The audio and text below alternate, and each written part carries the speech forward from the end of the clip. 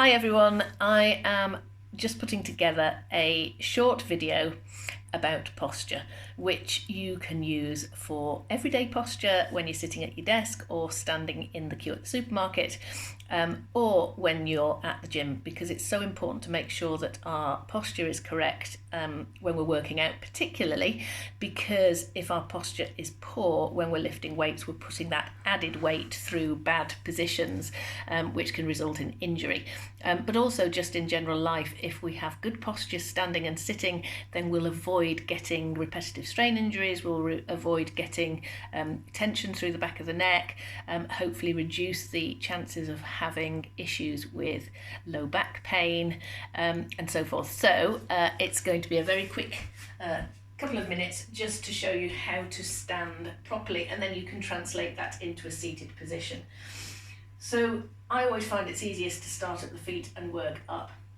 So the first thing you need to do is become aware of where your weight is through your feet and balance it so it is equally spread from your toes to your heels. So try not to let all your weight be forwards on your toes, but equally don't rock back onto your heels. So just move back and to until you've got your weight spread evenly through all four corners of the feet.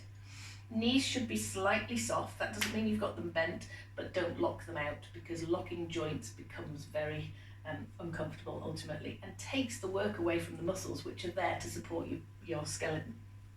Very soft knees, and then just tuck the tailbone under a little bit, so your tailbone's pointing to just behind your feet on the floor, rather than having too much of an arch in the back when your tailbone's pointing towards the wall behind you. So just tucking under here, and in that process drawing your belly button back towards your spine a little bit and lifting through pelvic floor to give that little bit of core stability through here.